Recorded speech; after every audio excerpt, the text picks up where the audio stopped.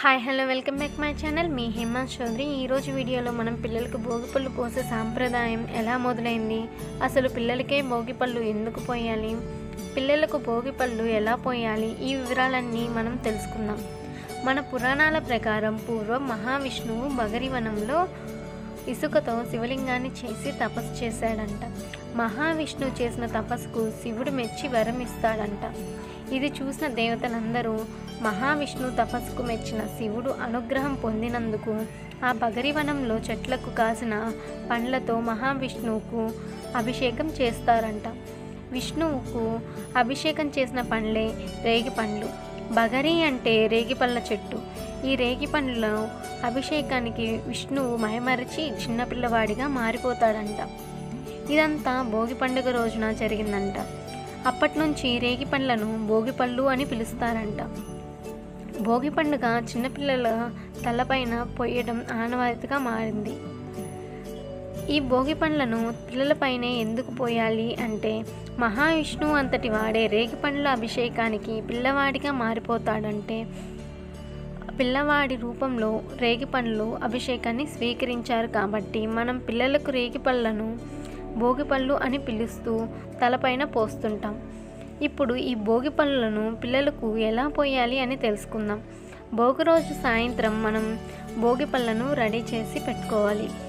ఎలా రెడీ చేసి పెట్టుకోవాలంటే, ముందుగా ఒక పళ్ళెంలో భోగి పళ్ళు, అలాగే బంతి పువ్వు రెక్కలు, నాణేలు, చెరుకు ముక్కలు అన్నిటినీ ఒక పళ్ళెంలో కలిపి చేసుకోవాలి।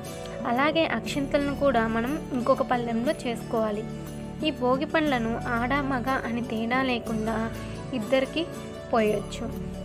మనం 12 సంవత్సరాల లోపు పిల్లలకు పోయడానికి ఎక్కువ ప్రాధాన్యత ఇస్తారు। కానీ ఈ భోగి పళ్ళను పిల్లలకు మొదటిసారిగా పోసేటప్పుడు సంవత్సరం లోపు పిల్లలకు కానీ, లేదా సంవత్సరం పిల్లలకు, లేదా 3, 5, 7 ఇలా బేసి సంఖ్యలో మాత్రమే పోయాలి। భోగిపళ్ళు పోసే ముందు పిల్లల్ని తూర్పు ముఖంగా కూర్చోబెట్టాలి। తర్వాత భోగి పండ్లతో పిల్లలకు పోస్తాము। ముందు ఆ పిల్లలకు తల్లి దగ్గర కుంకుమ ఒట్టు పెట్టించాలి। ఈ భోగి పళ్ళను పిల్లలకు పోయడం దిష్టిగా భావిస్తారు కాబట్టి ఇరుగు దిష్టి, పొరుగు దిష్టి అంటూ 3 సార్లు సవ్య దిశలోను 3 సార్లు అపసవ్య దిశలోను తీస్తున్నట్లు తలపైన పోయాలి।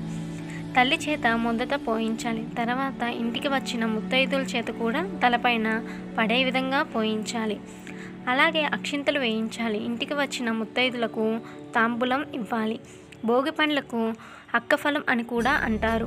అక్కుడు అంటే సూర్య భగవానుడు భోగి మరుసటి రోజు నుండి ఉత్తరాయణం వైపు మళ్ళీపోతాడు కాబట్టి ఆ సూర్యుడి ఆశీర్వాదం లభించాలి అనే సూచనగా కూడా పోస్తుంటారు।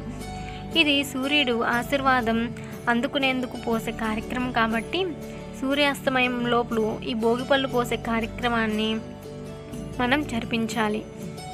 భోగి పండ్లను దిష్టికి చిహ్నంగా భావిస్తారు కాబట్టి వాటిని తినడం నిషేధం। భోగిపళ్ళు పోసే కార్యక్రమం పూర్తయిన తర్వాత మంగళహారతి పాడిన తర్వాత నేలపైన పడ్డ భోగిపళ్ళను ఇంట్లోని పెద్దవాళ్ళు ఏరివేయాలి। ఈ ఏరివేసిన భోగిపళ్ళను ఎవరు తొక్కని ప్రదేశంలో కానీ, లేదా పారే నీళ్ళల్లో కానీ వేయాలి। అంతే అండి, భోగిపళ్ళు ఎలా పోయాలి, భోగిపళ్ళ గురించి మనం ఈ వీడియోలో తెలుసుకున్నాం।